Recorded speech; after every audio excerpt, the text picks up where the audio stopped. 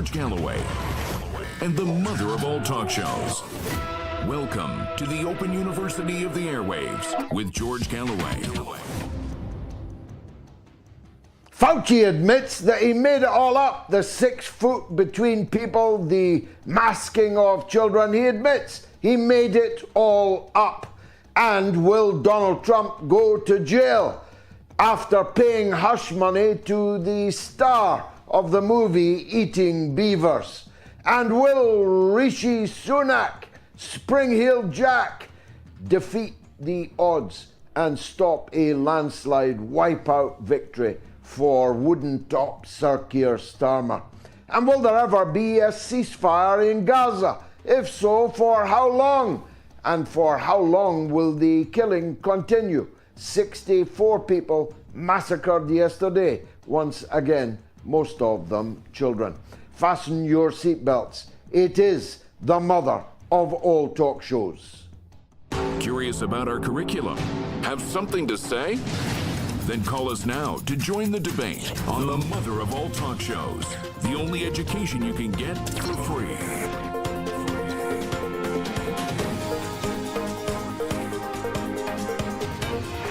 George Galloway, the mother of all talk shows. With George Galloway, the world is our classroom, and you're welcome to sit in and join the seminar. I realize that never in my parliamentary life have I uttered the words eating beavers, at least not in public. But then I'm no longer a member of parliament.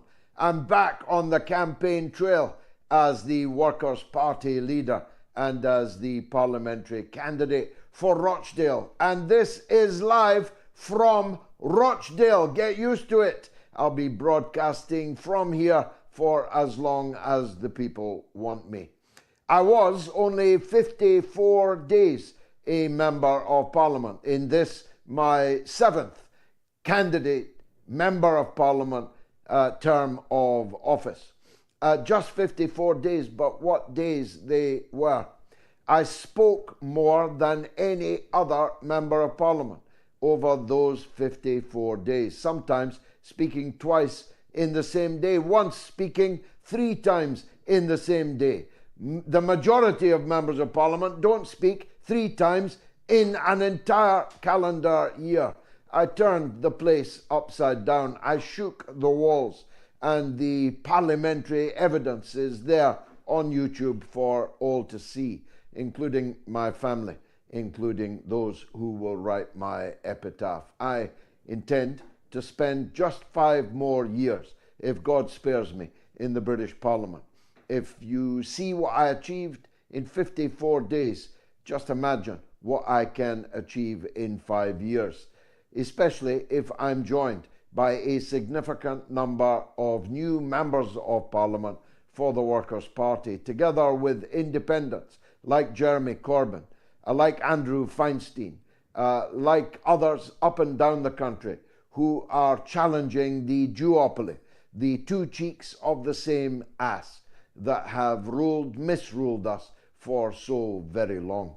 If we get 1 member of parliament and 150,000 votes across the country, we are elevated into the Premier League of British politics. We get state funding, and we get the opportunity to initiate debates, to regularly ask questions of the Prime Minister, to table motions for voting in the House of Commons. If we get several members of Parliament and hundreds of thousands of votes, then the state funding alone per year will lift us into the Premier League, and everything becomes possible thereafter. That's why I'm applying myself with the utmost seriousness to the launch of our parliamentary challenge. We are standing 326 parliamentary candidates, at least.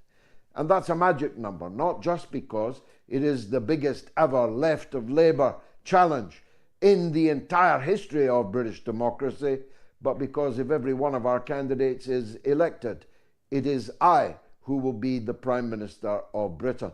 It is Craig Murray who will be our Foreign Secretary. And we are serious about this. People say, what can one man do? Well, it depends who the man is. What can Workers' Party candidates elected as MPs do? Well, it depends how many of us are elected. And how many of us are elected is up to you. It's up to the public. If you don't like the Uni Party, don't vote for it. Either cheek of the ass that is the Uni Party, which has such a track record of miserable failure and of bloodshed and waste. This is a deadly serious moment in Britain. But it is equally deadly serious in the United States, where, like a banana republic, the president of the republic is seeking to dispose of his rivals. Not yet by throwing them out of high windows, not yet by assassinating them in plain daylight, in clear view of the entire world, not yet at any case. They chose the lawfare route.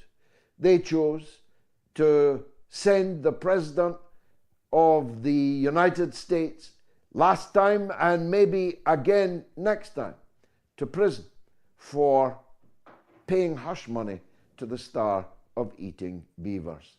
That's Stormy Daniels' filmography out of the way. It is not, of course, illegal to pay hush money to a hooker, to a porn actress. It is something that I've no doubt other presidents have done before. You don't have to like Donald Trump or approve of his moral behavior and character. I certainly don't do either. But the idea that the leading candidate in the American presidential race, a former president of the Republic, no less, should have been subjected to the ignominy of such a case brought by such a politicized bench, by such politicized attorneys general all over the country. Everybody else can see, if the American people cannot, that this is about preserving the presidency of Joe Biden, which has precious little worthy of being preserved. He has been the president over 4 years of absolute failure at home and of bloody war, with the prospect of even bloodier, maybe even nuclear war still to come. And yet they are desperate to give him another term, which I'm bound to tell you will be the fourth presidential term of Barack Obama. Nobody seriously believes that Joe Biden is running America. Anyone with eyes to see can see that Obama is still in charge. Obama and Hillary Clinton are the ventriloquists behind the dummy that is Joe Biden.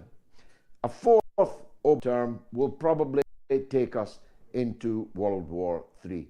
The decisions made in the White House in the last few days to allow American long-range weaponry to be used at the cities inside Russia is bound to provoke a nuclear exchange, which could escalate into an intercontinental exchange of hypersonic super nuclear weapons, each one of them 1,000 times more powerful than the one that Oppenheimer caused to explode over Hiroshima and Nagasaki. That will be the end of the world.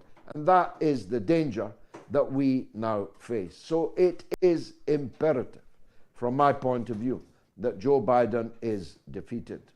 And therefore, I can only say with a mixture of disdain and disgust the idea that the president last time and maybe president next time, Donald J. Trump, should go to jail.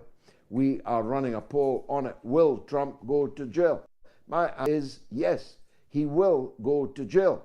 The question is, what will the impact be of that? Well, in the aftermath of the verdict in the Stormy Daniels hush money trial, Donald Trump raised $200 million for his campaign fighting fund. And rising, still rising. If he goes to jail, will it rise still further? If he goes to jail or is placed on an electronic tag and told not to leave the Trump Tower in New York City, what impact will all of that have on the presidential race? Joe Biden, after all, was elected president last time from his basement. Will Trump be able to repeat that feat?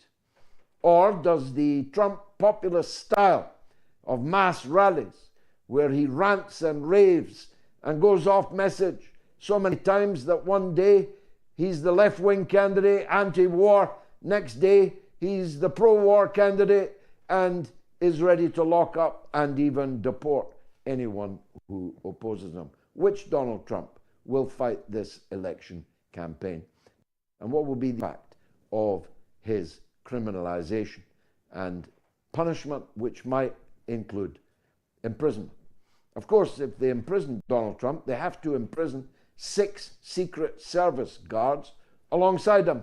That's going to take up a lot of jail space, going to provide a lot of conundrums to the American legal system. And what about the other cases that are coming down the pipe?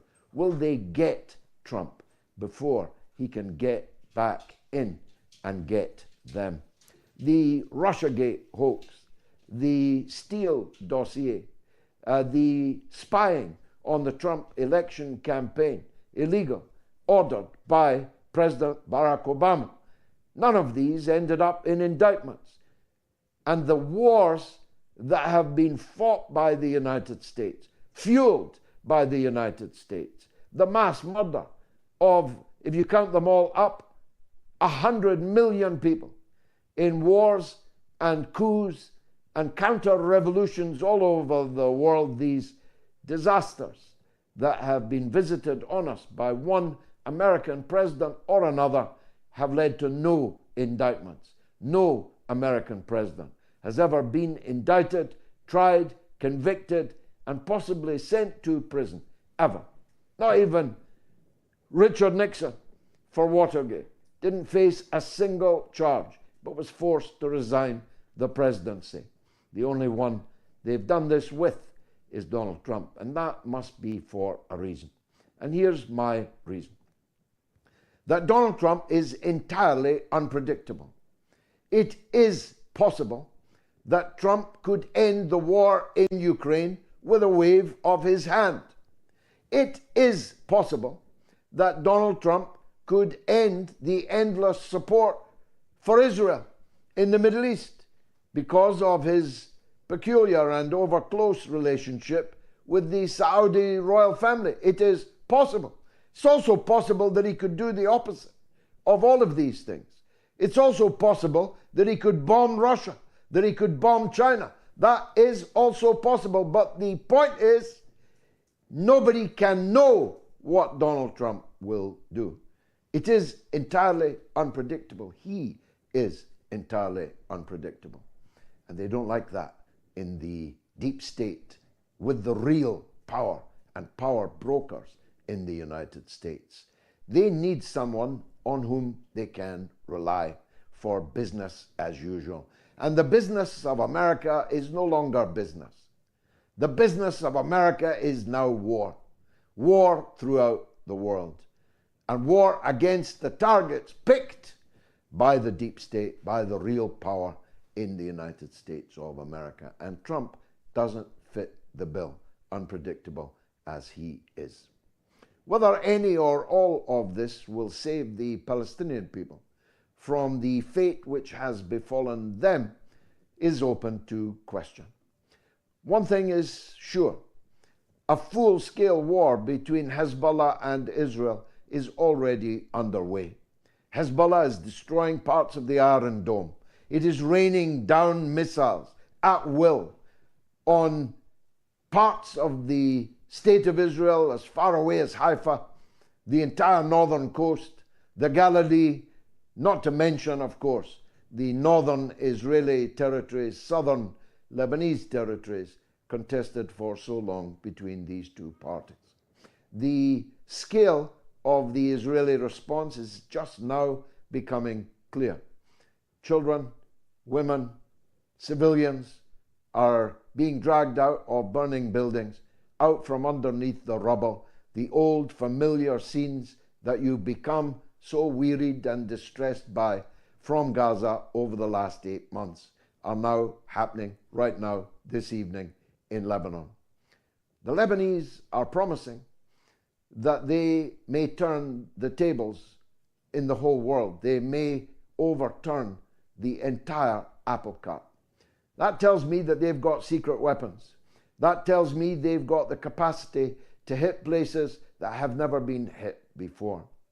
That tells me that the fire right now in the Israeli Knesset was caused by them. That tells me that the Israeli nuclear arms battery, arms arsenal, nuclear weapons, hundreds of them, at Dimona, in the Negev, are very much in the sights of the Lebanese resistance, Hezbollah.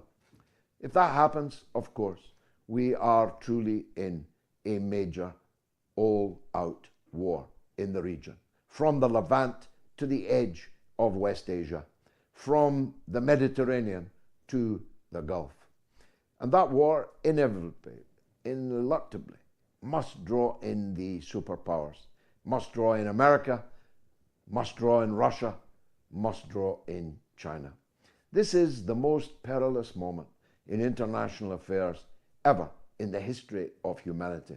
And I lived through the Cuban Missile Crisis. We are at an inflection point in world affairs. None of these grand geopolitical musings are, of course, of consequence for the people in Gaza. At least not for the baby I saw in the mouth of a dog this afternoon. That's right. This afternoon I saw a dog carrying a dead baby in its mouth. The dogs in Gaza are feasting on the bodies of the children, the women, the fathers and grandfathers of those children are being eaten by dogs. 65 were murdered yesterday. Hundreds more were maimed. There is no hospital at which they can be treated. The borders are entirely sealed. They have no water, no electricity, no food, no medicine, no hospitals, and their jailers, the keepers of their concentration camp, are conducting mass murder amongst them. Mass murder, most foul and fueled by us, our governments, our taxes, in some cases our own armed forces. In the massacres in Rafah this week, there were Royal Air Force airplanes up in the sky spotting for Netanyahu's murder gang, identifying targets, spying for the Israeli mass murderers. We are deeply complicit in the worst thing that has ever been seen in human history. Not the worst thing that has ever happened. There are many things. The partition of India, the Vietnam War, the destruction of Cambodia, and many other places, many other things have been worse in quantum, but not in consequence. And the difference is this is being seen. We didn't see these other horrors. We are watching in real time on our telephones, and so are our children watching the mass murder in Gaza. It has inflamed and moved and mobilized uncountable millions of people all over the world. It is a factor in the American presidential elections, and my goodness, is it a factor here in ours. There's not much to say about little Rishi Sunak, except he's smaller even than you think he is. Smaller in every way. But Daddy Pig, Keir Starmer, is in serious trouble as a result of the Gaza conflict. He expected, and might well have been expected, to harvest the huge election victory that the opinion polls predicted. Except his campaign has blown up in his face. His removal, his attempt to choke the life out of one of the most iconic black figures in British political history, Diane Abbott, tried to bounce her out, tried to force her out of politics, leaked that she might take a place in the House of Lords, which she abhors, and has completely denied any possibility that she might accept the ermine. Diane Abbott is fighting on, and Starmer has had to back down. But in Ian Duncan Smith's constituency of Chingford and Woodford, the defenestration of the Labour candidate when she was out campaigning in her election campaign because she liked a post on Facebook put up by the Jewish American host of The Daily Show, Jon Stewart. For American viewers, I'm not making this up.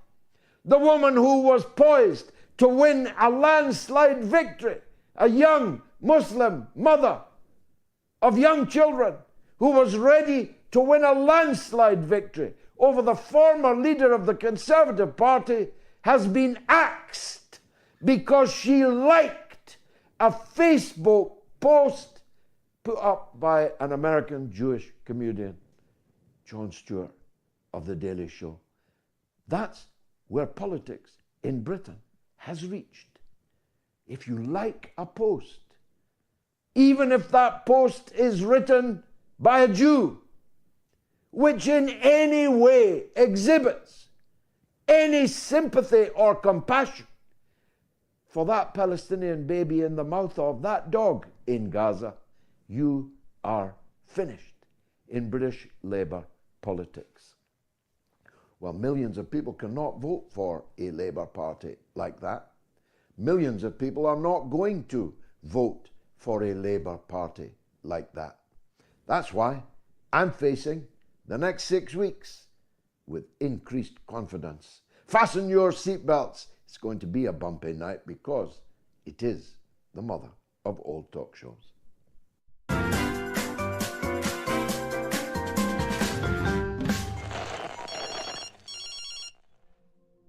George, I'm just looking at another dimension in this Gaza war conflict. Could this be a religious conflict in the guise of it's not Islam versus Christianity versus Judaism, but an ideology, a Zionist ideology in establishing their leader that is supposed to come in the future, and they will then govern and rule? It's in their ideology, for sure. The Zionists are no more and no less than a nationalist ideology.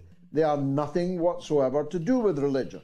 Anybody who thinks Netanyahu is religious hasn't looked too closely into his private life. These people are extreme nationalists, exceptionalists. Some Americans believe in American exceptionalism. Zionists believe in Jewish exceptionalism. Nobody, in truth, is exceptional. There's nothing religious about it. It's about land. It's about nationalist supremacy, ethno-religious supremacy on the land of Palestine. And the Europeans colonized Palestine in the same way that the Europeans colonized South Africa. So fitting, the victims of white European colonialism are coming to the aid of other victims of white European colonialism. And they're doing the whole world a signal service.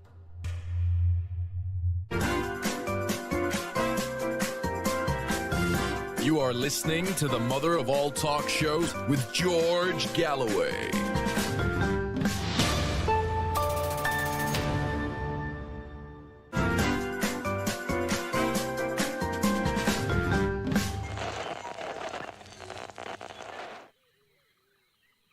The airwaves.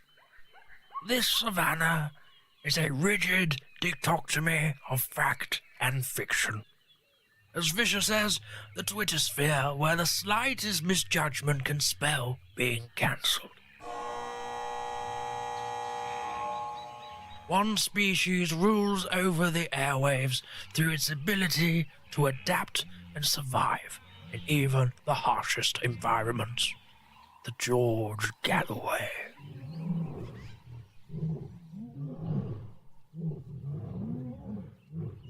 The top cat in these parts, it is mostly active on Sunday evenings in Britain and mid-afternoon in the United States.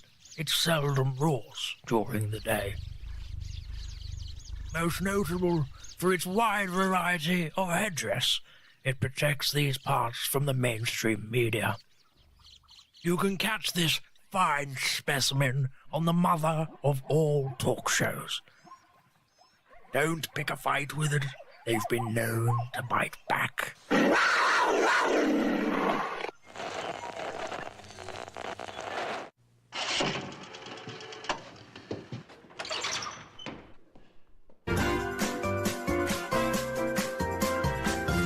You are listening to the mother of all talk shows with George Galloway.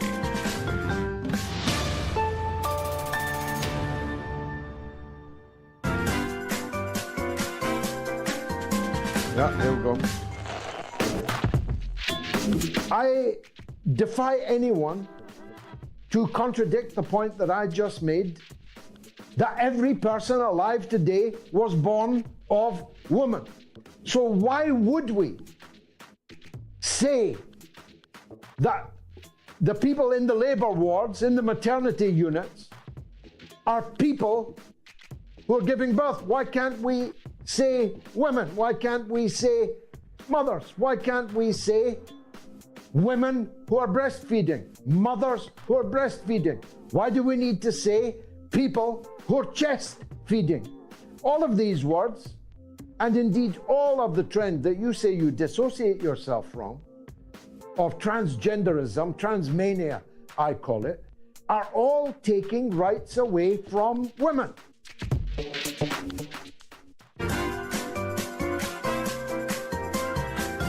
You are listening to the mother of all talk shows with George Galloway.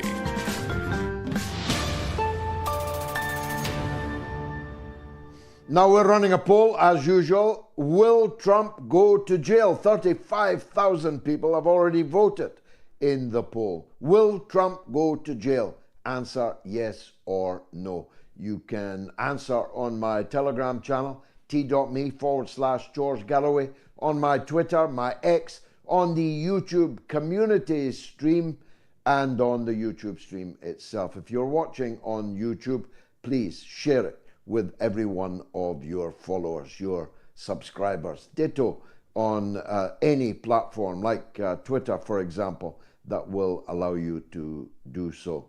Now, the telephone number to call if you want to comment on what you hear or what you wish you'd heard, it's toll-free in the United States and Canada, +1 844 944 3344. It is free of charge in the UK and Ireland, 0808 196 5522, and in the rest of the world, the number is 44 203 966 2625. Now, our first guest of this evening is a man who's also in electoral battle in the United States. Nasser Beydoun is a candidate for the U.S. Senate in Michigan. He's an author and a civil rights advocate. Please welcome Nasser Beydoun, hopefully soon a U.S. Senator. Nasser, great to see you. I have many friends in Michigan, particularly in Dearborn, where I've spoken many times. I'm going to assume that they're part of your constituency, and many of them are watching the show live, and many more will after the show. Introduce yourself, please, if you will. Tell us the basis of your campaign and what your prospects are. Sure. Thank you, George. First of all, I'm honored to be on your show. I've been a fan of yours since I watched you testify before the Senate in 2013. And your principal positions are something that I've always strived for. In my run for politics in this country, I kind of imitate your politics in your stance because you stand with the truth. Marvelous. Like you, my name is Nasser Beydoun. Thank you. Thank you. My name is Nasser Beydoun. I am seeking Michigan's open U.S. Senate seat. My opponent, and I'm running on a Democratic platform, but like you said earlier, I like your metaphor better than mine. I say our two political parties are both corrupt and they're two sides of the same coin. But I'm going to start using your analogy, two cheeks of the same ass. I kind of like that. And I am from Dearborn. I'm based in Dearborn. I've lived most of my life in Michigan. I grew up here, was educated here, raised my kids here. And now I'm fighting basically AIPAC and the pro-Israel lobby is domination of our politics, our legislative process, our Congress. I say that before we end the occupation in Palestine, we have to end the occupation of Congress. These corrupt politicians have sold America's sovereignty to Tel Aviv and the Israeli government. You go to Congress today, you would think that you are in the Israeli Knesset with all the Israeli flags out there. So it's time that we take back our government. It's time we end the corruption that exists. We have one of the most corrupt political processes in the world.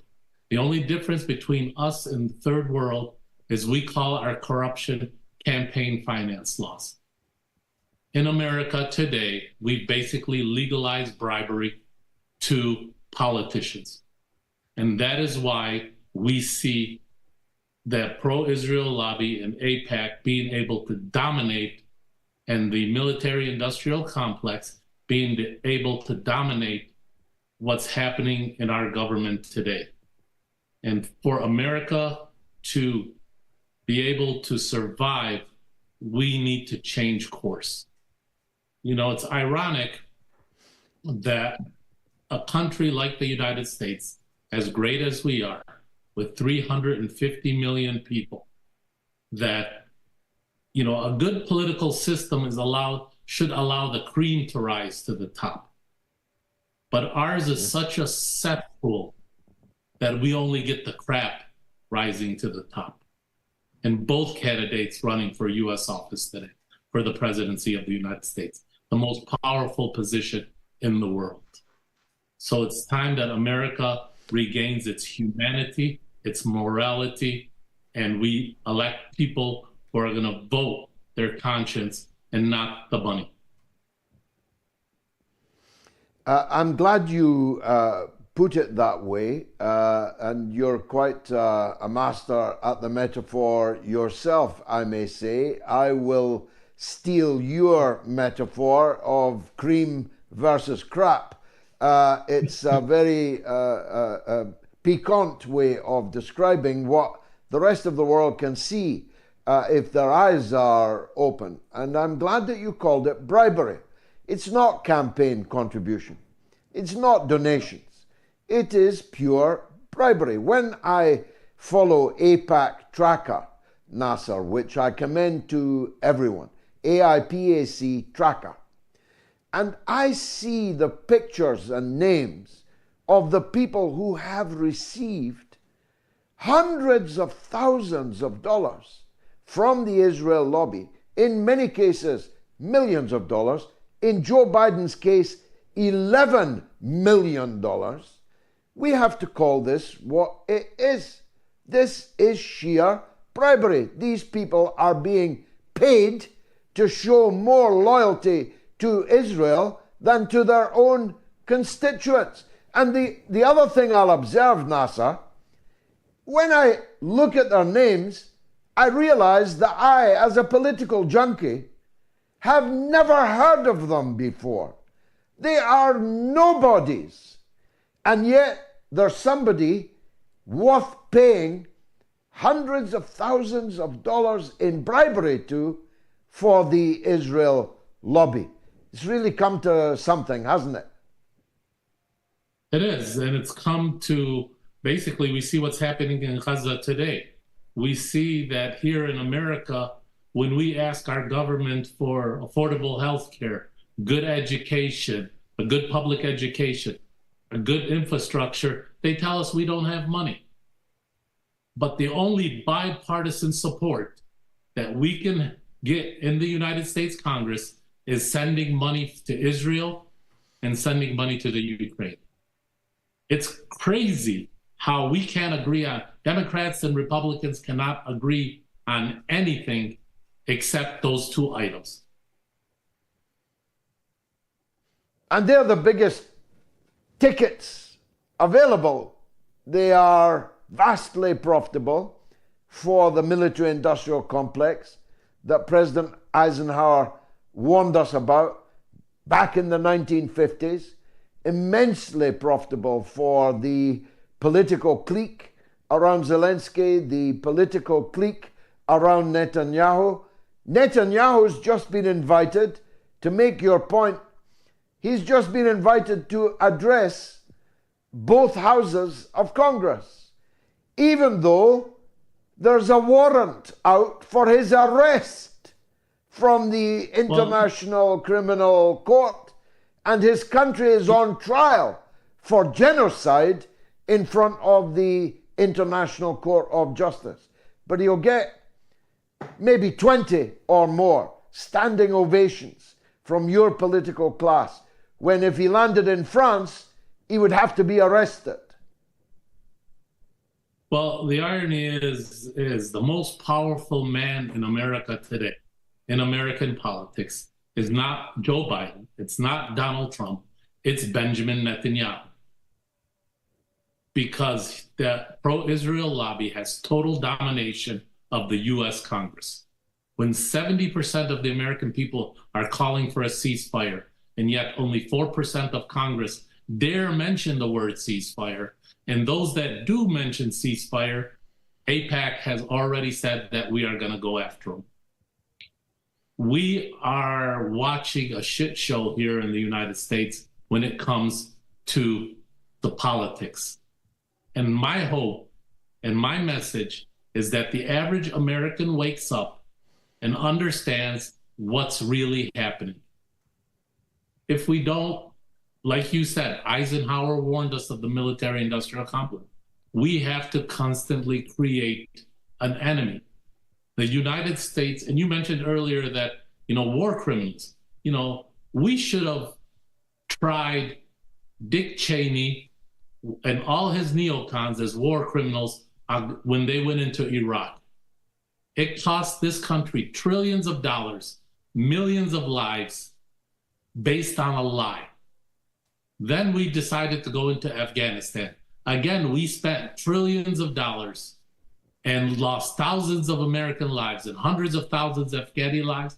And what did we get? We said we were going in to remove the Taliban. The Taliban are now controlling Afghanistan. And not only that, they have American infrastructure that we built and paid for them to use.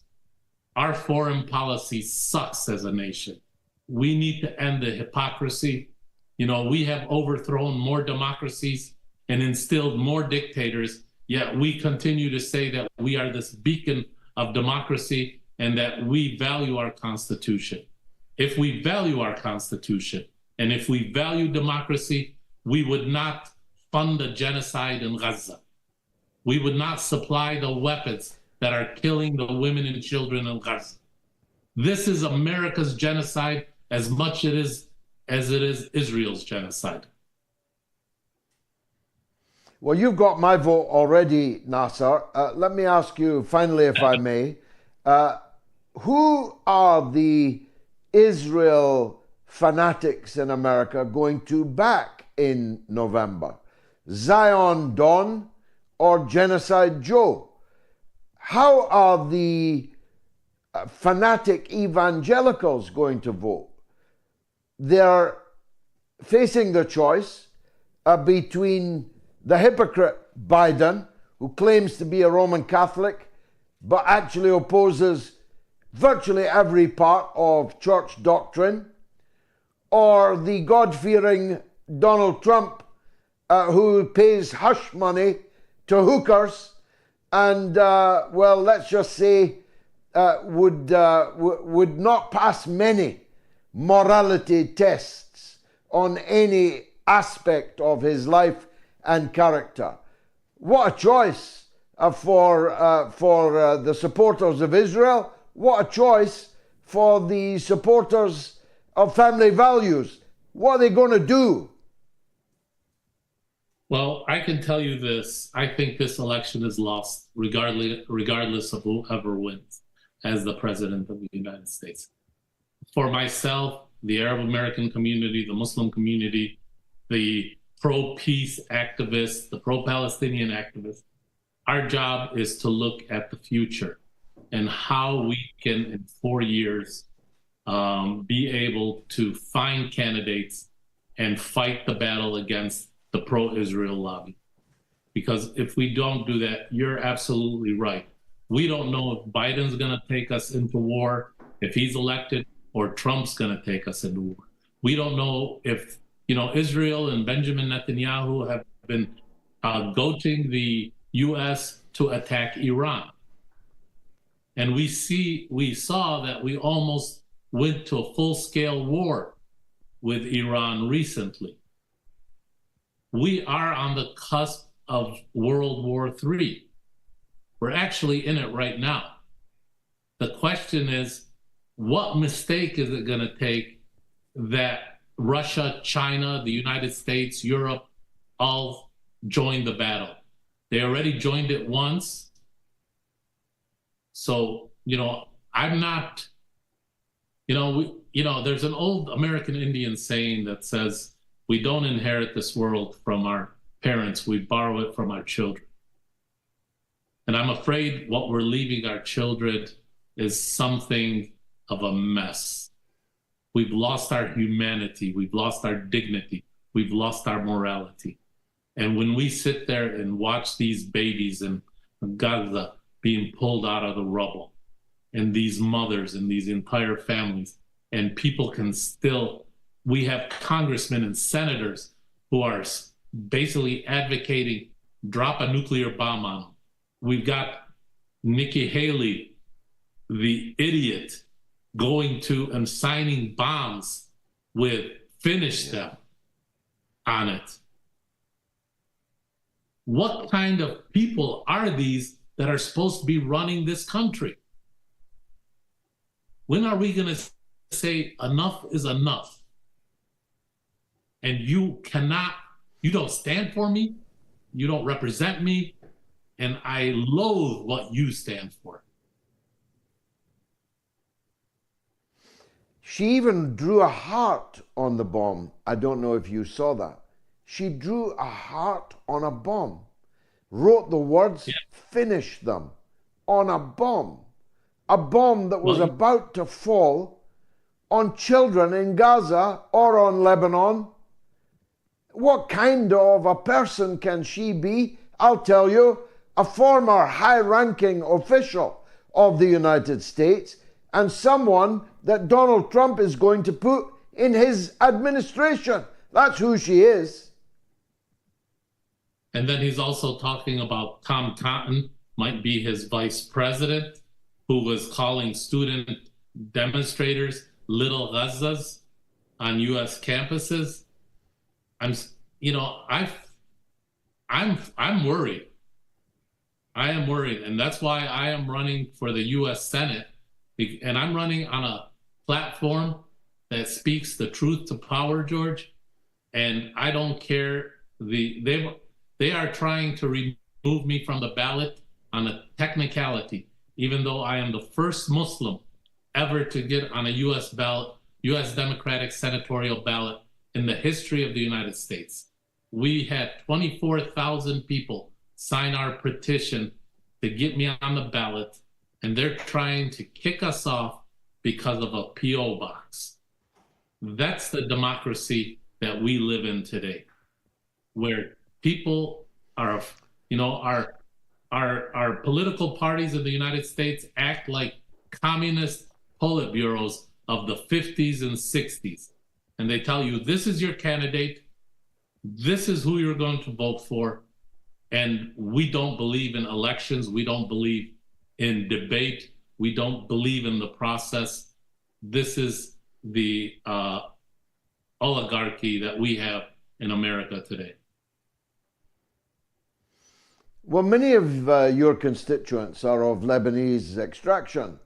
I often joke that Dearborn was the only place in the whole world I ever met police officers that were big supporters of Syed Hassan Nasrallah and the Lebanese resistance. And I was very glad they were looking after me. But many of your people are of Lebanese extraction. Lebanon and Israel may very well be in all-out war circa 2006, all-out war by the morning. Well, my parents come from Bint Jbeil, and I know you're very familiar with it in South Lebanon. So I'm very familiar with what's happening in South Lebanon. And we have a saying, the Arabs claim to have won every war they lost, but they claim to have lost the only war they won, which was 2006. So I think that Israel, we know that Lebanon, if they go to war, there's going to be mass destruction in Lebanon. But Israel also knows that if they go to war, there's going to be mass destruction in Israel. Israel has a formula. If you remember, people forget history, but I'm a history buff. When Israel occupied South Lebanon in 1982, and that is one of the main reasons that Hezbollah was created, to fight Israel's occupation. When they got to a ratio of 10 Lebanese to 1 Israeli killed, Israel withdrew from South Lebanon. Israel is okay with killing 1,000 Lebanese or 10,000 Lebanese or Palestinians to every 1 Israeli. But when their ratio gets closer, then they don't know what to do. What's happening in Gaza today for Hamas to be able to sustain this for almost 8 months is unprecedented in Israel's history. The Arabs are Israel's used to wars with Arabs that last a couple of days, 4 or 5 days, 6 days, and then they give in. But this isn't the new Middle East. So Israel has to decide, do I want to try and live in peace and give the Palestinians their legitimate aspiration? Or do I watch my enemies continue to grow and get stronger? And even the United States is going to come to a day that can't save Israel. This is a momentous moment for me, Nasser, because you just quoted rather a wise saying back at me that I actually invented. I told the Prime Minister, Signora, in Beirut, I said to him, the Arabs claim to have won every war that they lost, and now you're claiming that you lost the only war that you won. And the next senator for Michigan has just quoted it back at me. A momentous arrival of a rather nice boomerang. Thank you very much indeed. It's Nasser for Michigan, for me. Everyone, get right behind him. Thank you very much, sir, for coming on the mother of all talk shows. Wow, that's really something. I'm actually rather pleased with that one. The Arabs claim to have won every war that they lost, and now you, the Prime Minister of Lebanon, are telling me that you lost the only war that you won. Not bad, actually, if I say so myself. Will Trump go to jail? Yes or no? Get voting on all these portals. Telegram, Twitter, the YouTube community poll, or on the YouTube stream. Nearly 40,000 people have voted. Let's get it over 40,000.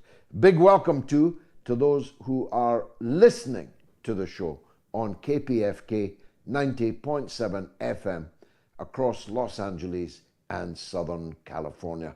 Quick break, then it's your calls. Stay tuned.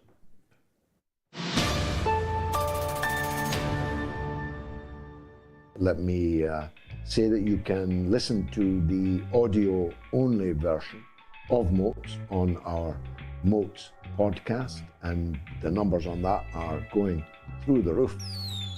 Just search MOATS with George Galloway on Apple, Spotify, Google, or whichever platform you listen to your podcasts on. In recent weeks, it's been the #1 political podcast in Benin, Jordan, the Gambia, Qatar, Jamaica, Ghana, Iceland, Malaysia, Singapore, Sweden, and the Philippines. #1 political podcast in all those countries. Truly, truly phenomenal. Do you know that BBC News has lost 40% of its audience in the last 2 years? It's official. And of course, that is the sensible thing to do. But to get people to tune in and change course and listen to a radically different point of view is even more difficult. But it's happening. And the numbers that we are racking up are now in their millions. You are listening to the mother of all talk shows with George Galloway.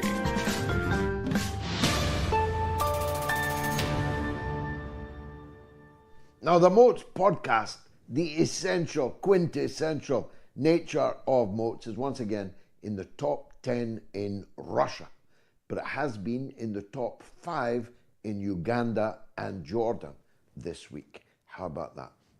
But here's the ace. We are the #1 podcast in Lebanon this week on Apple. You can download the MOATS podcast by scanning the QR code on your screen right now. A man I haven't heard from for a long time. Used to be a very regular caller back in the day when we were on a local radio station. It's Chris in Hong Kong, China, on the state of the UK economy. On you go, Chris. Lovely to have you back.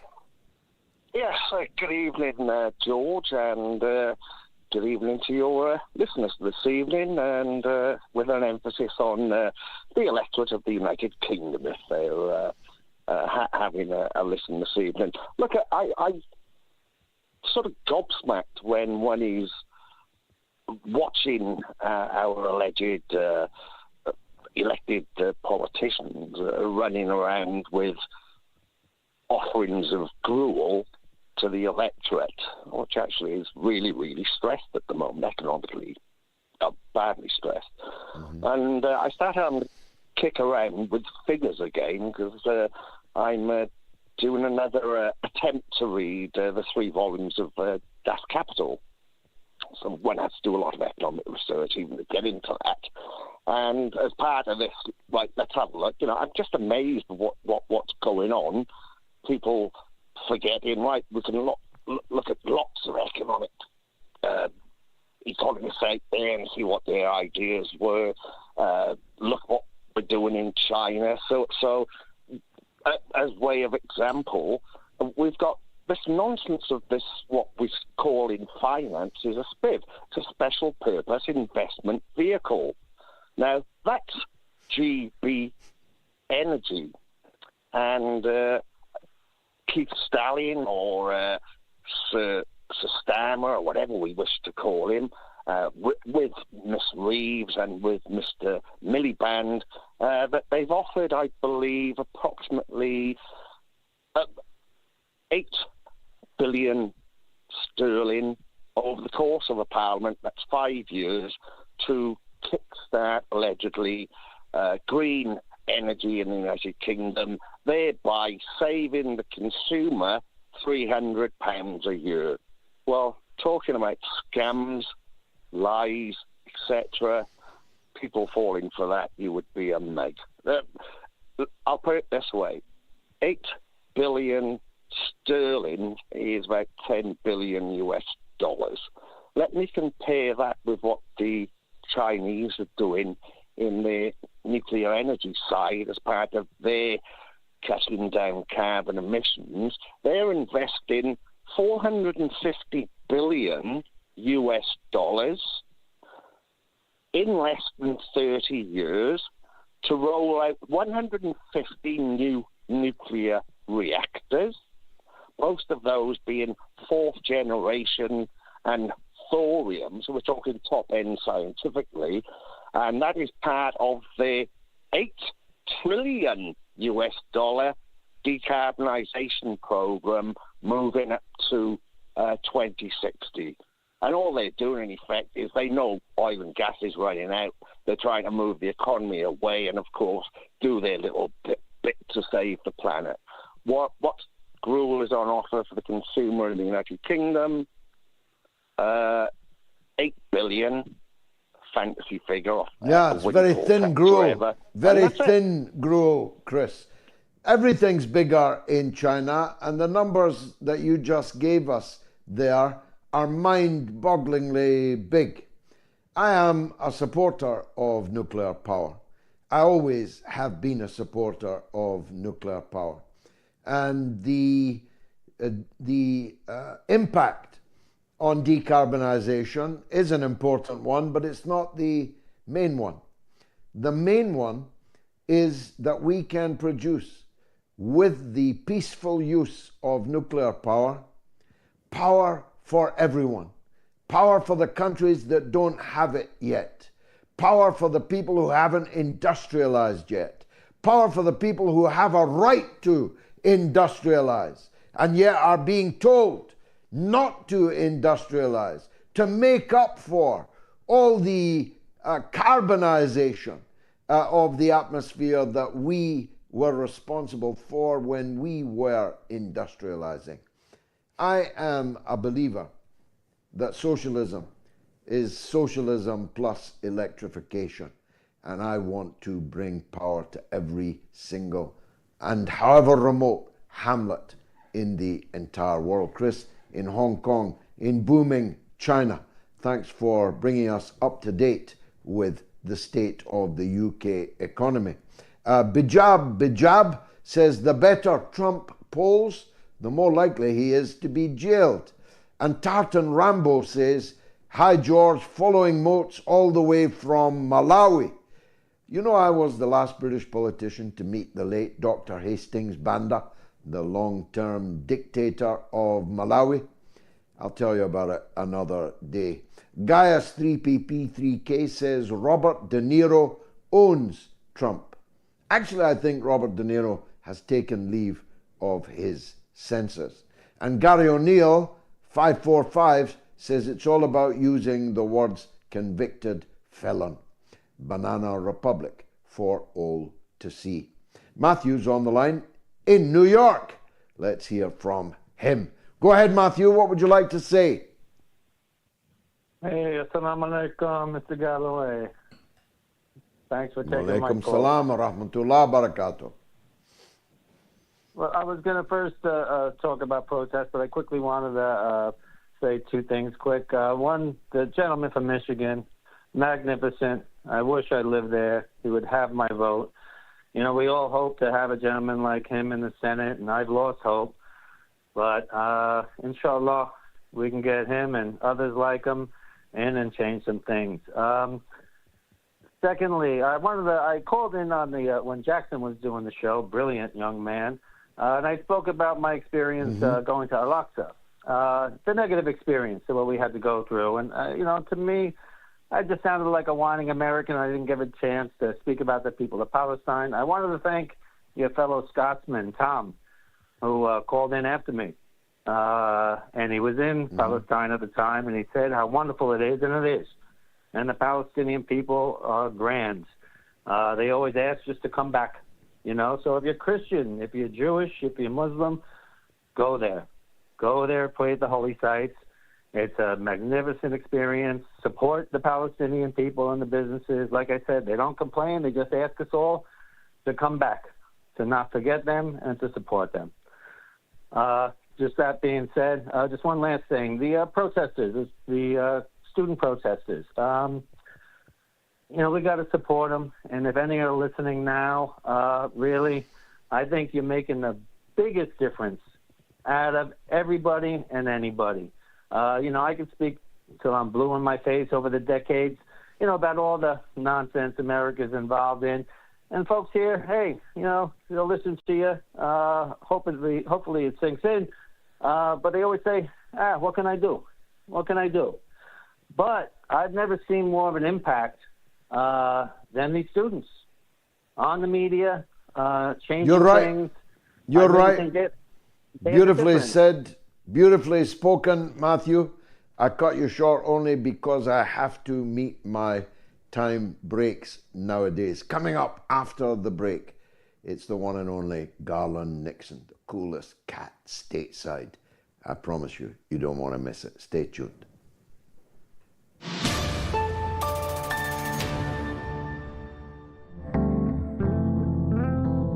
Some of us are old enough to have opposed first time around the idea that our young people denied a job, denied education that they can afford, will instead be sent out to pick up the trash.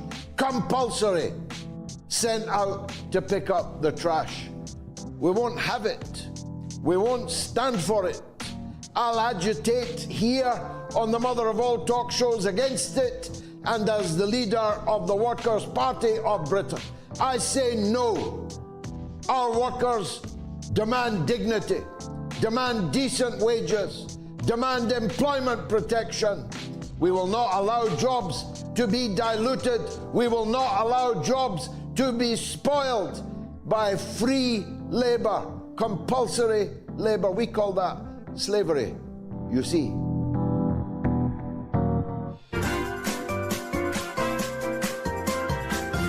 You are listening to the mother of all talk shows with George Galloway.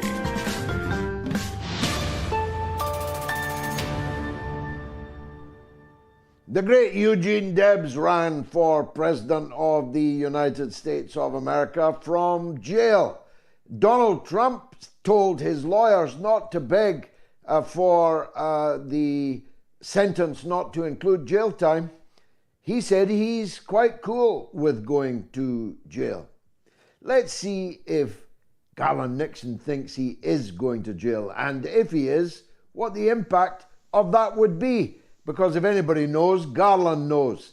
Garland, welcome back to the mother of all talk shows. It's come to something, isn't it, when the last president of the United States, and maybe the next one, is convicted in a court for giving money to a hooker. If that was a crime, there'd be quite a few Americans on American presidents on trial for that. What's your take on the whole circus? Well, for starters, Hillary Clinton would definitely be in jail. And I mean that literally for this reason. In 2022, the FEC, the Federal Elections Commission, fined Hillary Clinton $8,000 for misreporting the money that they paid for the Steele dossier as legal services. And her campaign was based out of New York City. So according to Alvin Bragg, this is the exact same thing that Donald Trump is accused of. And might I add, it's Donald Trump is allegedly in furtherance of a further crime. Well, it is very clear that the Clinton campaign they were acting in an attempt to influence the election. In fact, there was there was information that was passed from the CIA to President Obama that the Clintons were going to attempt to paint Donald Trump as a Russian operative in order to take the focus away from them for the emails. So the bottom line is this: it's clear if it's Hillary Clinton, she gets fined $8,000. If it's Donald Trump, he gets convicted. Now, it would be normally one would think that an elderly defendant with no prior criminal history in a nonviolent crime, that there's no way in Manhattan that there would be jail time. But by the same token, one would think that there would be no way that Donald Trump would be charged with this crime. So there is a possibility there could be jail time at this time. I would argue this, and based on the things that we're hearing in the street, the voices in the wind, Donald Trump will win this election. If, in fact, this is a valid, normal election, Donald Trump would win this. However, the lengths that the deep state have gone to stop Donald Trump are to such an extent that, we have no way of knowing what machinations they'll use to stop him, how far they'll go. But if it's a clean election, Donald Trump wins this. This only improves his chances. And by saying this, mainly because people hate this system so bad that there are people now looking at this saying, oh, really? You guys hate Donald Trump that bad? Great. I can get a punch at these people. Even though I don't like Donald Trump, maybe I can get a punch at the ruling elite just by voting for the guy that they really hate. And that is the dynamic that's real on the street in the United States. He raised $200 million immediately after the verdict. If he keeps raising money at this rate, he's going to break all fundraising records. That seems to indicate that at least a section of the ruling class, the Adelsons and so on, are right behind him. Is that countervailing force involved in a struggle with what you might call the liberal America, and who wins? Well, yeah, certainly what we have is, what has been seen many times in empires like this, and that is, various factions of the ruling elite are fighting. But then I think the big part of it is whether or not the American people will have their say. And, I hate to put it this way, but the reality of it is this: if the American people have their say at the voting booth, Donald Trump will win. And it's not because Donald Trump is the second coming of FDR by any stretch of the imagination. It's because I think what a lot of Americans are saying is not that Donald Trump has to win, but that Joe Biden and his team has to lose. And so I think the ruling elite are battling. I think, of course, the money is concentrated in so few hands that a few billionaires on behalf of Donald Trump could fund all of the money that he needs. But I don't think that money's going to be the big issue in America today. It's going to be whether or not we see an election in which the people have their say. And certainly the Biden team has not delivered to the American people in any way that would credit him for victory. And he won't get one unless they steal it. The sad part is, it seems to me, I can go to jail these days just for saying such a thing based on what's going on with Donald Trump right now. God forbid, and let's hope it doesn't come to that. Let's examine what would happen. First, if they sent him to jail. He'd be in manacles. He'd be the orange man in an orange jumpsuit. He'd have Secret Service protection, saving him from dropping the soap in the prison shower, and so on. That would become a real circus. But he could still run for president from jail, couldn't he? Oh, absolutely. What he would become is, and what he is to some extent, he's already started making this point, is a political prisoner. That's what he would be. He would be the ultimate political prisoner. But as you brought up earlier, Eugene Debs ran in 1920 from prison. And basically what the Supreme Court has found is that other than that no entity, not Congress, no other government entity can add any requirements for the presidency other than the basic constitutional requirements, which is, you have to be 35 and you have to be a natural born American citizen, etc. There are some issues about having been involved in an insurrection, but those are related to the Civil War and returning Confederates from the Civil War trying to regain their seats in Congress. That's what that was related to. They tried to even apply that to Donald Trump, but the court found that they weren't inapplicable. But I think that Donald Trump is a political prisoner. Will be a political prisoner if that happens. He'll be viewed as a political prisoner. He'll be viewed as a martyr and a sympathetic figure. And again, you have to understand how angry America is right now. I mean, they just gave $95 billion more to the military, to the military industrial complex. A report came out recently. The average bridge and tunnel in America is like 61.8 years old, or something like that, 62 years old. And it would take about $41 billion to replace everyone in the United States. And so they just found more than double of that amount of money and just handed it to the military industrial complex. People in America are very unhappy. You can visibly see the signs of economic decay all around you. And people are looking for any other option. And since there really is no other real option, they're willing to, as you saw in Brexit, they're willing to just throw a punch at the ruling elite any way they can. And that's Donald Trump right now. If he doesn't go to jail, say he's put on a tag and told he can't leave Trump Towers, how damaging is that to his campaign? Again, I don't think it's damaging to his campaign at all. At this point, I don't think, one of the issues, of course, is, if let's say he's on probation or some probative period such as that, then anytime he leaves the state, if let's say he's not put on home detention, he has to notify the court anytime he leaves the state, et cetera. So there would be some issues. I don't think the people who are going to support Donald Trump are concerned whether he shows up for a rally in, Peoria or whatever the case may be. I think they have made a decision, and I think I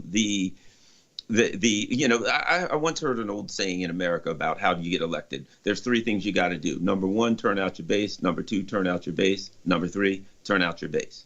These actions have turned out Donald Trump's base. These people, I don't care if it's raining or snowing, they'll crawl through broken glass to get to the voting booth to vote for Donald Trump. Meanwhile, the Biden people, 83% right now, want a ceasefire and can't get it. They'll be home raking leaves, and the ones that vote for him are still going to be holding their noses. When you put those two factors together, it is an obvious victory for the challenger and an obvious loss for the incumbent. We just have to be concerned with how far these people will go. Literally, I have to say it. Americans are asking, will they JFK Donald Trump? Donald Trump has said, I'll release the Epstein files, the JFK files, the 9/11 files. Do I believe that? No, but maybe the deep state will believe it. And if they believe it, we don't know how far these people will go. Who thought they'd go this far? Brilliantly expressed. Speaking of the two cheeks of the same ass, the bipartisan blob that runs the American center of power, there's going to be a visitor coming your way by the name of Benjamin Netanyahu. Well, he's got to go somewhere, and he can't go to Europe because he'll be arrested, even in France, even in Germany. The only other place he could go is here. Netanyahu is coming your way. How is that going to impact the presidential election? To see a wanted war criminal getting umpteen standing ovations in front of the American Congress? I think it will be sickening to the American people, but I think it's something that the American people need. They really need to see a picture, something visible that reminds them that their leaders don't represent them. As I said, he's despised by the incumbent party, by the constituents of the incumbent party. The leaders of the incumbent party basically worships the very ground that he walks on. I think it's something that the people in the Democratic Party need to see. They need to feel the rage and anger, and they need to understand that they are not represented, and they need to go, maybe look third party or whatever it is that they need to do. So personally, as upsetting as it is to me and infuriating as it is to me that we would bring this man here at a time when they're committing a brutal and vicious genocide, I think the reality of it is you have to, ask yourself who's committing the genocide. Is it Netanyahu? Is it Joe Biden? Is there a delineation between the two? They're using U.S. money. They're using U.S. bombs. They're using U.S. defense in the world court. They're using U.S. defense at the United Nations to get political cover and legal cover for this. In reality, yes, it is. it is Netanyahu, but if I hand you a gun and tell you to shoot someone and you shoot someone, I think we are, conspiratorially speaking, from a legal perspective, we have equal a liability for the crime. And so to me, every time I see Joe Biden march across the stage or wander around with his hand out trying to shake the ghost of whoever, of Corn Pop or someone, I have to, at that point, think that I'm seeing a visible form of Benjamin Netanyahu, even though the physical form of him is over in Tel Aviv. The people can forgive venality in politicians, and often do, but when they can't even make the trains run on time and they're venal, they're probably past their usefulness. So this week we had Biden announce what he said was an Israeli peace plan for a ceasefire and so prisoner exchange and so on. Biden said this was an Israeli plan.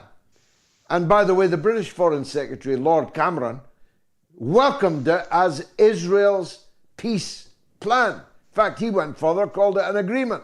I don't know what they taught him at these expensive schools he went to, but can't be an agreement until both sides have agreed to it. But as it turns out, neither side had agreed to it. Israel denies that this is their plan. And Netanyahu says, we will not implement that plan. Did Biden just make it up? Or did Netanyahu let him down? What happened there? I think this is typical Biden administration foreign policy. If you recall, Joe Biden would go to Vladimir Putin, or he would go to Xi Jinping, and he would make some kind of agreement that they wouldn't cross some kind of a red line. And within days, Tony Blinken or Sullivan would come out and say, oh, no, we don't know what you're talking about. We're going to do this. So it has been the history, the repeated history of the Biden administration to make claims or have discussions with foreign leaders, and within days some other member of the administration acts as though they don't even know what's going on. They never heard of such a thing. I would imagine they talked to someone. The likelihood is they talked to someone in the Israeli government and they said, oh yeah, that's a great idea, let's go do it. And then Joe Biden announced it, and then the other people in the Israeli government probably didn't even know about it. So this is the dysfunction of the Biden administration, and this is why the Russians, Lavrov, said that the United States is agreement incapable. How can you be capable of an agreement if the people in your government don't even know what each other is doing? And let's face it, if they told Joe Biden who said it or what, if there's no possibility that he would agree, that he would remember the details of the agreement from the time that he met with him until he made it to the microphone, if it was only 10 steps away. You mentioned Lavrov, so finally, Garland, and I'm grateful for your time as always.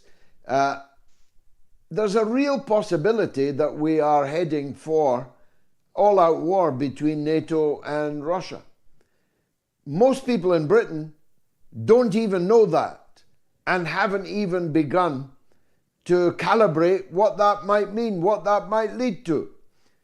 Is there any concern in the United States that recent decisions about the right to target Russian cities with American weapons, fired maybe by Zelensky's troops, although maybe foreign mercenaries, so-called, would have to do the firing, if American weapons start turning up, killing people in Russian cities, it's game on, Garland. Do people in America know that? People in America are so brainwashed, and that they really don't. Most people in America don't have an idea that this is going on. And I think, and you're very familiar with this dynamic. One of the things that we face in America today is that there's such economic desperation. A lot of people look at America, oh, it's a rich country, and, people have a lot of money. No. There is economic desperation here. And when you have people working 3 jobs, struggling to feed their families, and I think this is intentional, as you probably already know, they keep people struggling in a situation where they don't have time to be concerned about the grand schemes and about foreign policy. So a lot of Americans just, they turn on the news, they get a few lies, and they go home. Those who are knowledgeable of what's going on are extremely concerned. Now, we understand that the American weapons have been used to hit Russian targets repeatedly, so this wouldn't be something new. But we understand that this could escalate, and of course, there's a significant rhetoric of sending troops to Russia, and it would only take one missile that the Russians headed to Russia that they couldn't differentiate whether or not it was nuclear, and they only had minutes to respond, that could end this whole party for all of us. And that's the sad part of it. I mean, a big question we have to ask ourselves when we're going into this next election is, and I hate to put it this way, but it's a legitimate thought, and I'm sure I'm not the only one that has it, is will humanity be able to survive 4 more years of the Biden administration? And any reasonable person would give us a less than 50% chance of that, probably less than 25% chance of another 4 years of the Biden administration. In fact, right now, there are articles that the U.S. is looking at sending more nuclear subs towards China to deter China. To deter China from doing what? They use the word deter when that means we want to take an aggressive and insane military act against another country. Garland Nixon, chilling thought, but brilliant to hear your eloquence and your vision. Thanks for joining us on the mother of all talk shows. Quick break now, and then it's your show all the way to the end. Stay tuned.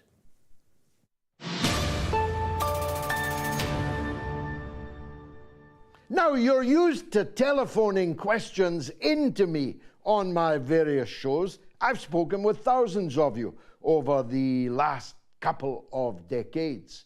But now, on my new show, you get a chance to appear in person on a video wall. It would be good to see what you looked like as well as what you sounded like. It's very simple to get on my show. Go to www.haveitoutwithgalloway.com. Just register there. We'll get you on the television with me. Come and have a go if you think you're hard enough. You are listening to the mother of all talk shows with George Galloway.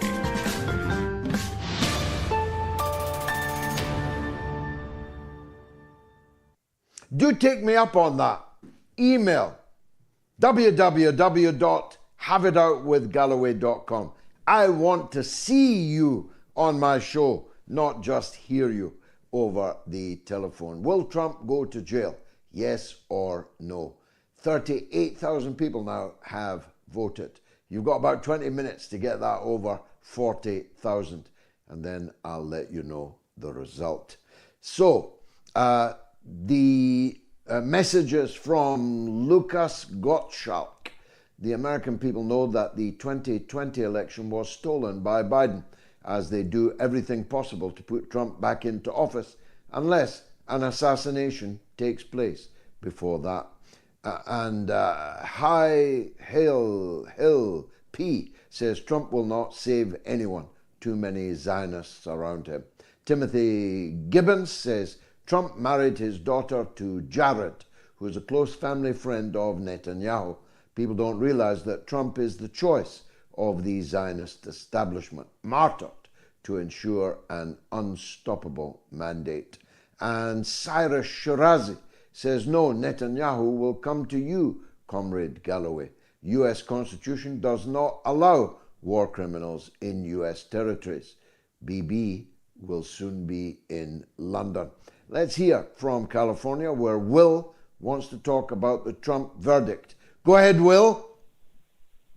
George, it's a pleasure. I'm surprised to be able to get through to an actual parliament member. I've never spoken to one before. Well, actually, for the next 5 weeks, I'm just an ordinary Joe. I hope to be re-elected on the 4th of July. Well, we're praying for you over here. Anyway, I have to agree with your last guest, Garland. That was a very good strategic look at things, and I agree, Biden has to lose. But regarding these bogus convictions that have been happening here last week, we got never Trumpers and we got always Trumpers. But what happened over here, this should concern all Americans, not just Democrats and Republicans. You know, we need an aggressive countersuit is what we need with discovery after Trump beats the appeal of this blatantly bogus conviction. With all conflicts of interest in these cases, is it any stretch to wonder if not only the judges, but the juries are compromised and potentially threatened? You know, this is obviously election interference. When this is over, Trump should get a pit bull attorney and file a lawsuit against the DOJ and the administration. Let's get the receipts on the table, shall we? Well, I hope it's a better attorney than Giuliani or Dershowitz or any of the big attorneys that we know, but you described perfectly the farce that all of this is and was. The question is, will it interfere with the election? The intention of election interference is very obvious to anyone, particularly anyone outside of the United States. The fervor, the Trump derangement syndrome suffered by people like De Niro and others sometimes clouds the vision of people in the United States. But all over the rest of the world, nothing could be more obvious than that they are trying to put Donald Trump out of the game because they know if he's in the game, he wins it. And Donald Trump defeats Joe Biden.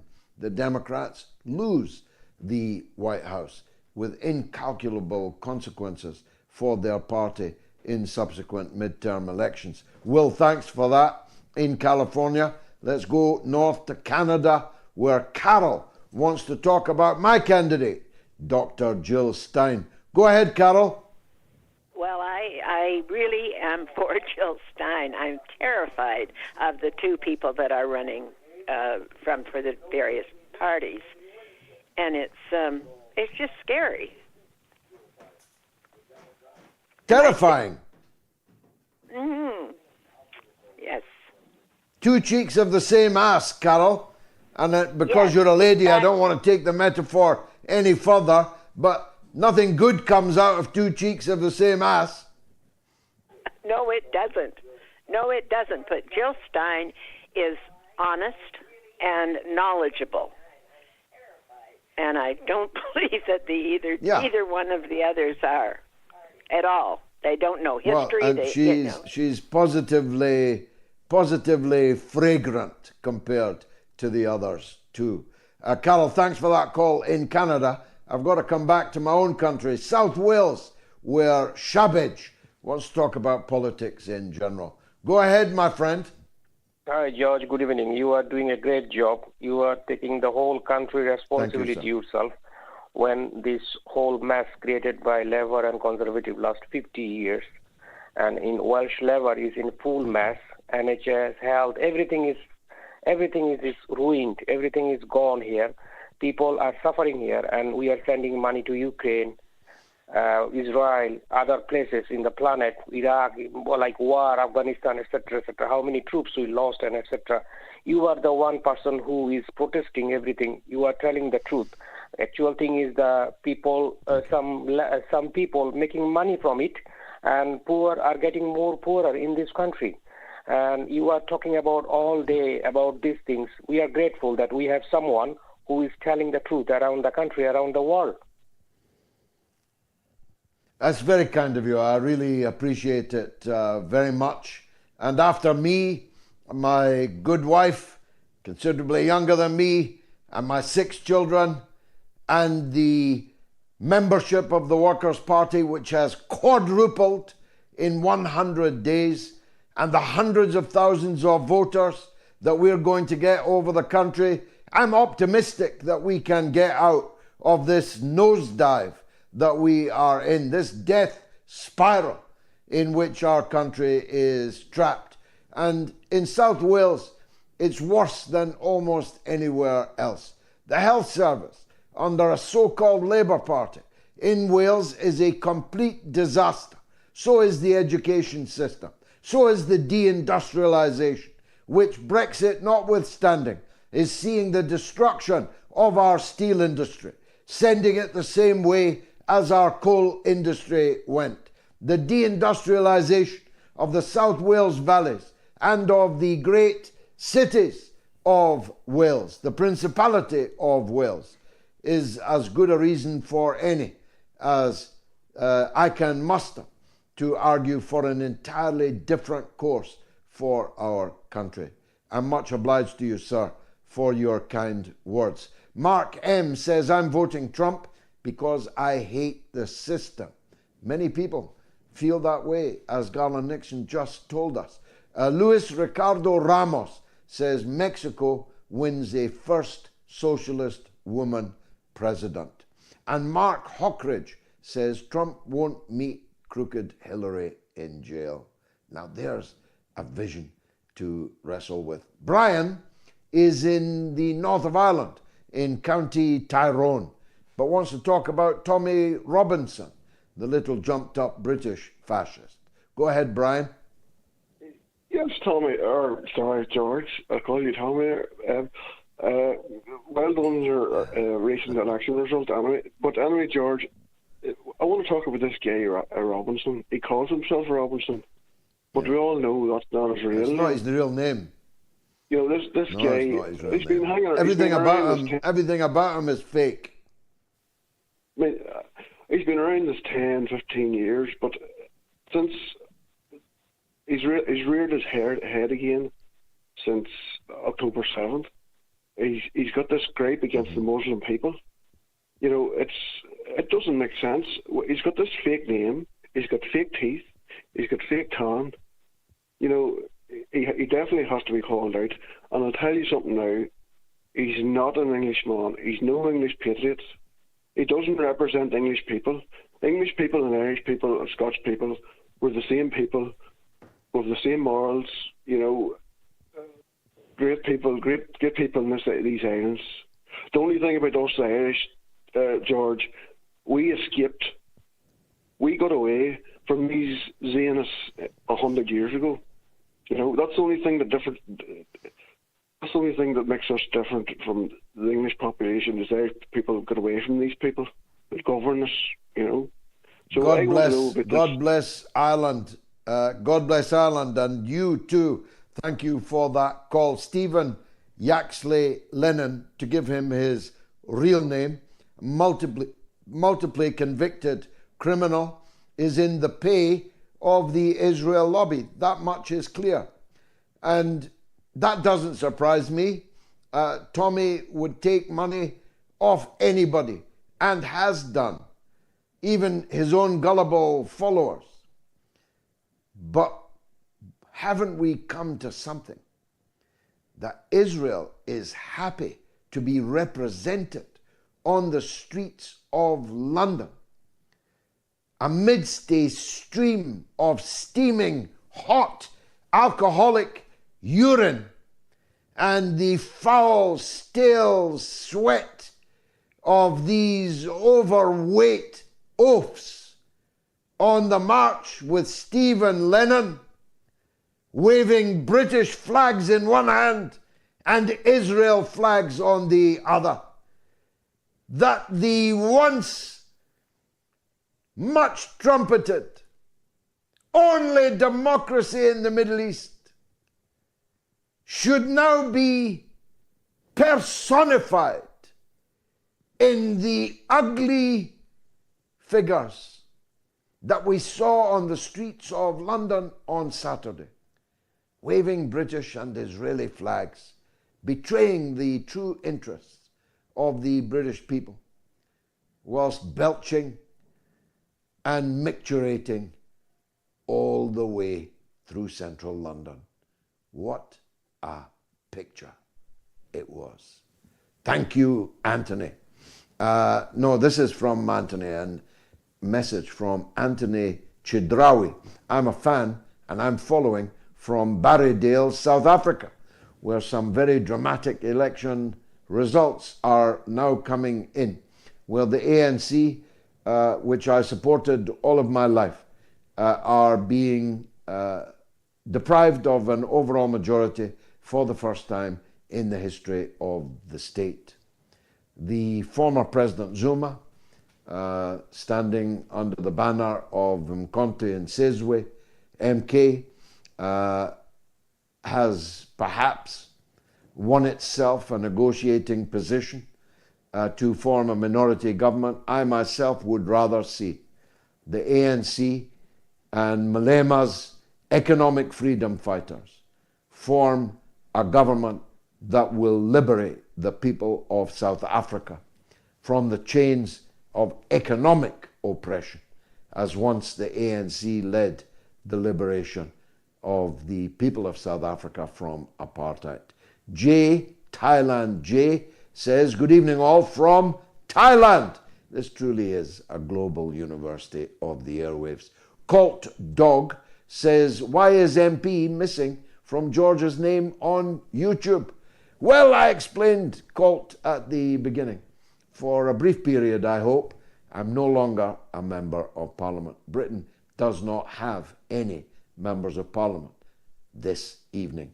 On the 4th of July, the people of Britain will elect a new Parliament, and I hope they'll elect me. Luke in Derbyshire says, greetings from Tranmere. Well, it's a lovely place, Tranmere. It ain't Malawi, it ain't Thailand, but it is still a lovely part of the country. On the line from New York is Ellie on Trump. Let's hear. Ellie, welcome. Good evening, Mr. Galloway. So I'd like to start by saying that Nikki Haley was in Israel last week, as we all know, and she autographed a munition, some missile, some piece of armament. And there were two words there that are the clear modus operandi and what seems to be the program, finish them. Those are not small words. Yeah, it's actually, it's a genocidal thing to write. Finish them. This is a war crime in itself to incite the finishing of the Palestinian people in Gaza, isn't it? It is. It is a very serious of peace, a very terrifying legend, or anyway. So returning to Trump, so Nikki is very likely auditioning for the vice presidency of the U.S., and she is basically echoing what Trump had said publicly before, finish them. Now, regarding to the judicial processes that Trump has been under in New York, she has been found guilty on 3 different occasions, and Trump has the ability to afford the most competent and capable defense attorneys that anyone can afford. So he has had the opportunity to defend himself. And then my next observation is that we must exercise maximum prudence at even appearing to delegitimize any judge or witness or jury that are called to fulfill their responsibility and bring any corrupt politician to account. I would think that Trump should be only the beginning of many more indictments to come. And I will end with but this, he wouldn't, of course, be. But he won't, Ellie. He won't be. He'll be the beginning and the end of the persecution of politicians. He is a corrupt American politician like all the other corrupt American politicians. In this case, his corruption was to pay money to the star of Eating Beavers, a wonderful movie. I've not seen it, but I'm sure I can guess what it's about. The idea that Donald Trump should go to jail for paying a hooker, a porn star, not to speak about her relations with him, whilst war criminals like Joe Biden, responsible for the murder and maiming of 150,000 people in Gaza right now, it's a monstrous obscenity that the one politician that goes on trial is Donald Trump over Stormy Daniels. Are you serious, Ellie? And never mind going back to Barack Obama, who bombed 7 different countries without legal authority, without moral authority. And he's still running the American government. Last word to you, Ellie. Go ahead. Mr. Galloway, I think we agree. We agree that many others should be brought under indictment and prosecuted for whatever they have done. You know, we agree there's no difference in substance whatsoever. I don't think this is exclusively or mainly a political persecution. The man has had the opportunity to defend himself. There are other cases pending. But the charges were selectively brought. The prosecution was a rigged prosecution. And the American justice system, which you seem to have so much faith in, nobody else has any faith in at all. And everybody listening knows that Trump is the only one who will be put on trial. And the real reason for putting him on trial is not Stormy Daniels, but Joe Biden, who cannot defeat him in a presidential election, and in my view, didn't even defeat him last time. Let me go to Ola in Poland. Go ahead, Ola. Hey, George. Good evening. I'm a fan. Good evening to you, sir. You know what works for you, George, is because you are a truth teller. As a politician, you stay on the truth side and you follow it through. You don't flip-flop on what you believe in. And this is what I think. I don't. This is what I think is going to work against the Republicans, most importantly Donald Trump, in the next election. Democrats, they don't play to lose. They play to win. And I think their strategy is not about winning the popular vote in the next election in the United States. It's about controlling the Congress and making sure none of the 3 candidates or the major candidates contesting for the post of the president wins the Electoral College vote. And this brings the Congress to choose the president of the United States. I found out that most analysts are not seeing this strategy play out in favor of the Democrats, considering the fact that the Republican-controlled Congress is playing directly into the hands of the Democrats with their policies on Gaza, with their policies on Ukraine, putting American last, betraying their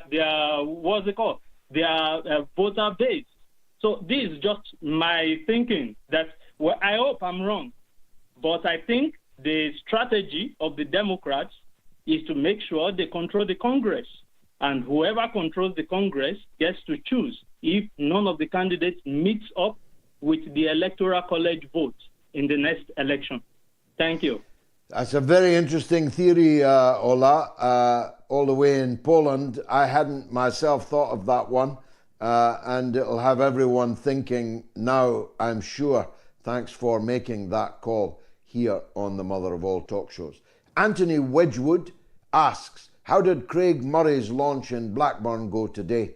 I was going to come down to support, as it's the nearest constituency to me, where the Workers' Party are standing. I didn't get time, unfortunately. Well, you missed a brilliant meeting from many perspectives.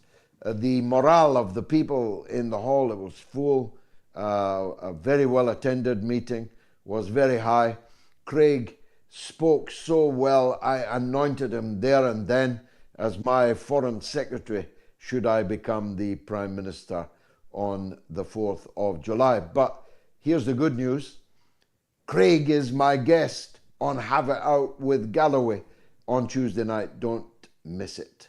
On line one is Barbara in Hawaii on Jill Stein. Go ahead, Barbara. First of all, love you. You're amazing. You're wonderful. I've gotten such a great education from watching you. And I'm just saying that if people in this country would just think about the dissatisfaction with not only Gaza, but also with both parties, and would vote for Jill Stein, who's a wonderful candidate, would make a great president, although she probably couldn't get much through Congress. But if people would start thinking about third parties and voting, but in this country it's so hard. Nobody wants to vote at third party. They feel they're throwing away their vote. Well, better to throw it to Jill Stein than either of those yahoos that are running on the major political parties. And that's all I had to say. Well, brilliantly said, Barbara. Brilliantly said. If you keep on voting the way you've always voted, you'll keep on getting what you've always got. I mean, it's not rocket science. If you don't like this uni party, stop voting for it and vote for, as it happens, a candidate in Jill Stein who is superior in every respect: moral, intellectual, political, strategic. Everything about Jill Stein would make America proud. Everything about Biden and Trump should make America ashamed. Barbara, last word to you. Yeah, exactly. Except the polls don't seem to agree, but there's a good close to 50% who are really against the war. If those people just got out and voted, and the regular Green voters, I think that we stood a chance to upset the apple cart. God willing. Thank you, Barbara in Hawaii. Will Trump go to jail? Yes or no?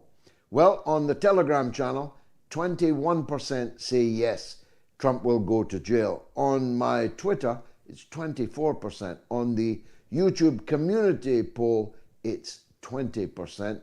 And on the YouTube stream, 21. So just over 1/5 of you, 40,000 nearly of you, think that Trump will go to jail. I'm one of those who would have been in that minority camp. I think they will sentence him to jail. He may not actually make it behind bars, but I believe the sentence will be imprisonment. I had to cut Barbara off in Hawaii in her prime because my good wife is on the line to tell us about social media. What's rattling, Gayatri? Well, the percentage that you just shared in regard to the poll is similar to the result on your Patreon. Will Trump go to jail? About 84% thinks no. Matthew White says, I don't think Trump will go to jail. However, if he does, the only cell he will find himself in is the exact cell vacated by a certain Mr. J. Epstein in 2019. And this is a very good one from Monica Range, who says, Trump is a flawed man. Even his flaws have flaws. He is also childish, petty, and stupid. But rarely has stupidity been so nasty or nastiness been so stupid. He makes Nixon look trustworthy and George W. look smart. If Frankenstein decided to make a monster assembled entirely from human flaws, he would make Trump. Even though he has these wonderful traits, he is still the better man for the job. Can you imagine? Certainly better than Joe or Kamala. Trump may not yet be a shield. That is brilliantly written, Gayatri. I know. That is brilliantly written, and I'm proud of our viewer of the Global University of the Airwaves. That is brilliantly written. Having accepted every one of those brilliant, dazzling, colorful insults, he's still better than Joe Biden. How about that then? Exactly. But the caveat that she makes, just in case he does end up as the president, is that he's not yet a shill on the payroll of the weapon industry and the corporate sector, which makes him dangerous to them. So bring on the revolution. yeah, his unpredictability is a real problem for them. Yeah, indeed. So you mentioned earlier Eugene Debs. He ran for president from his cell over a century ago. He didn't win, but he garnered 3% of the votes and was, of course, jailed for completely different reasons. This was an email. And he's a very interesting figure, isn't he? His movement is similar to ours, and unfortunately, sure. No traces at all in the current political scene. He was standing as the candidate of the Socialist Party of America. He was in jail, and he still got millions of votes. That's how things have changed over the course of this last century. But nobody has stood and succeeded in the way that he did, and from behind bars. I doubt if Trump is taking any inspiration from Eugene Debs, but everyone else should look him up. There's much to be learned from him. Yeah, for example, that he was only in jail for sedition against World War I, right? So here is an email. It was his opposition to World War I that he was in jail for. Exactly. So Bill Clinton got paid. He paid $850,000 to settle the Paula Jones lawsuit for sexual harassment. If this wasn't hush money, I don't know what is. That's more than 6 times what Trump paid. This is from Eric Bernhoff. And Paula Jones was 6 times more worth it than Stormy Daniels, if you look at them.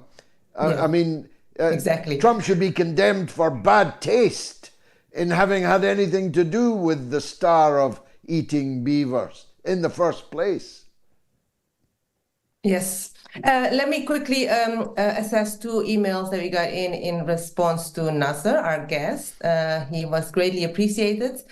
Thank you, George, for introducing me to the most honest American politician that I've ever heard, Nasser Beydoun. I'm 76 and I will probably not be around to vote in the next 4-year cycle. But what he says has resonated through my soul. The echo of his words and wisdom will change the world, but give me great fear for his life. Respectfully, from Stephen Rowland. And also this one, hello, MOATS crew, thought it was worth noting that in his constituency, in the Michigan Senate race, his 2 opponents are, number 1, a former CIA agent Democrat, and number 2, a former FBI agent Republican. It's like a battle of the deep state.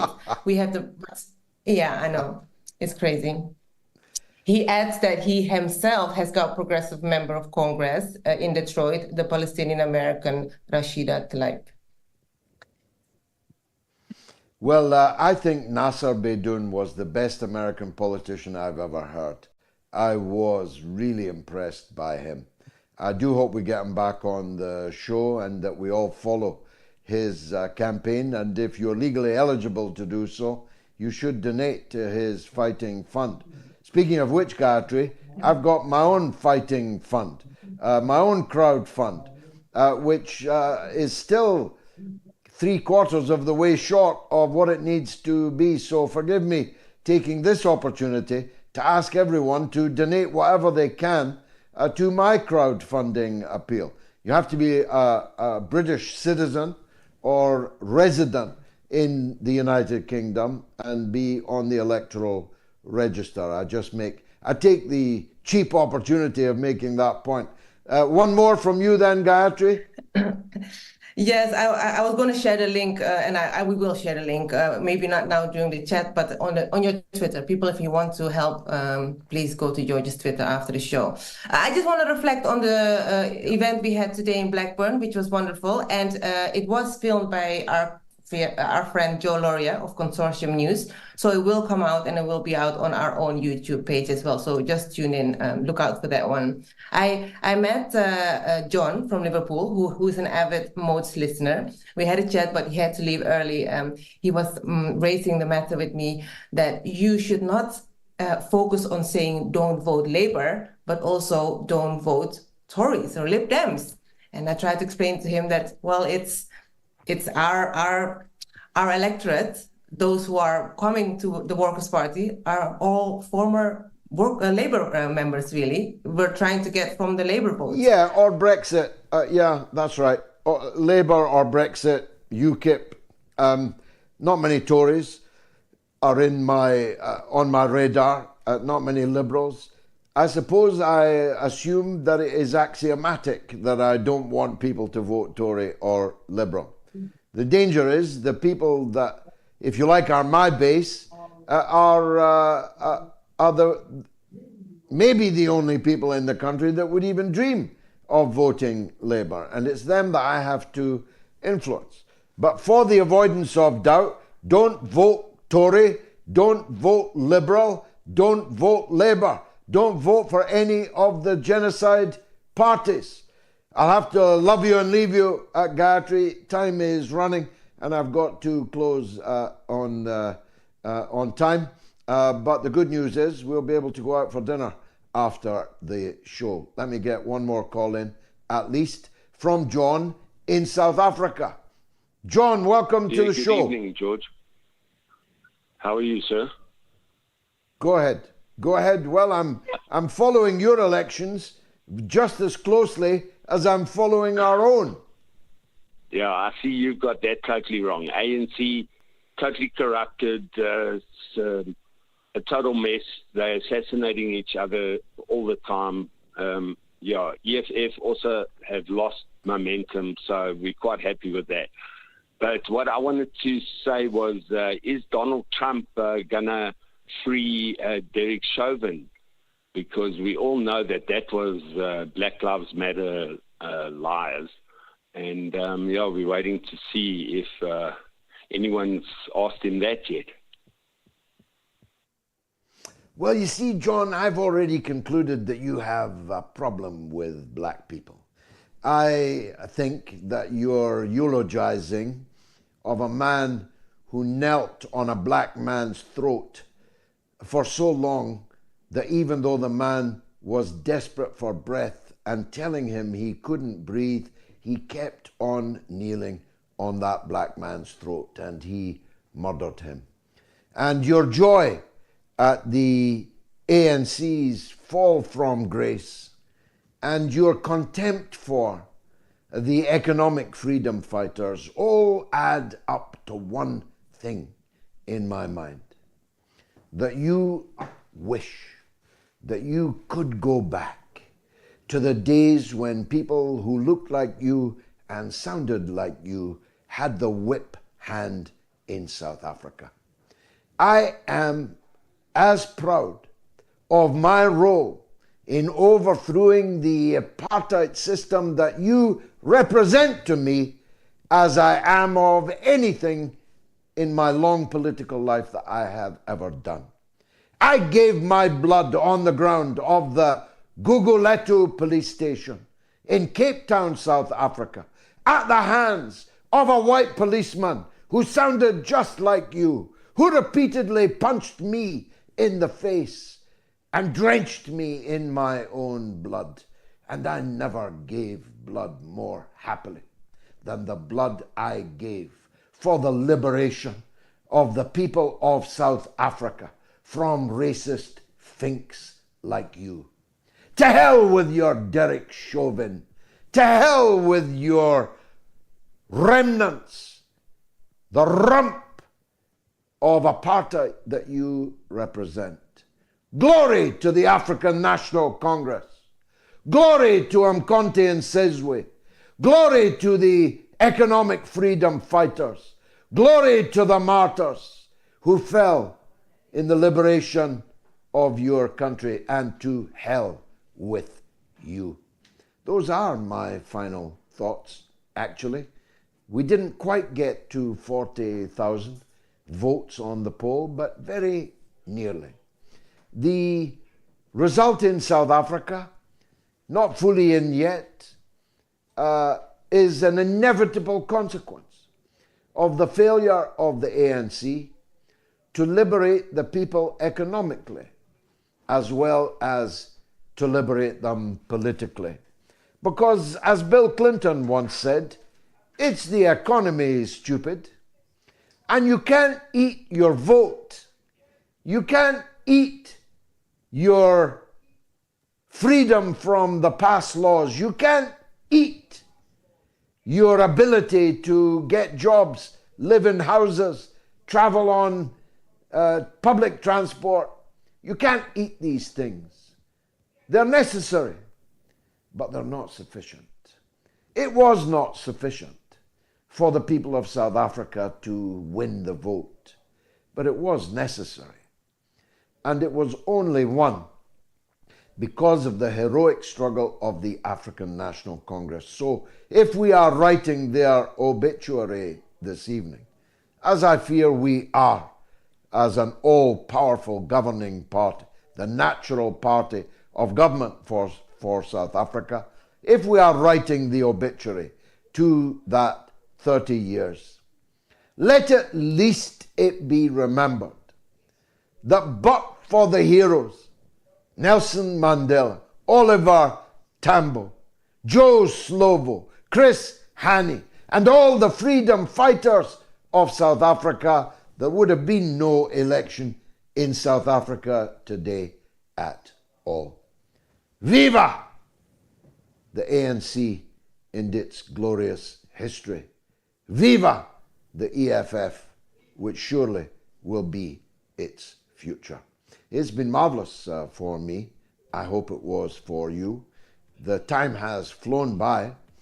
I'll be back on Tuesday night with Have It Out with Galloway on all of my platforms.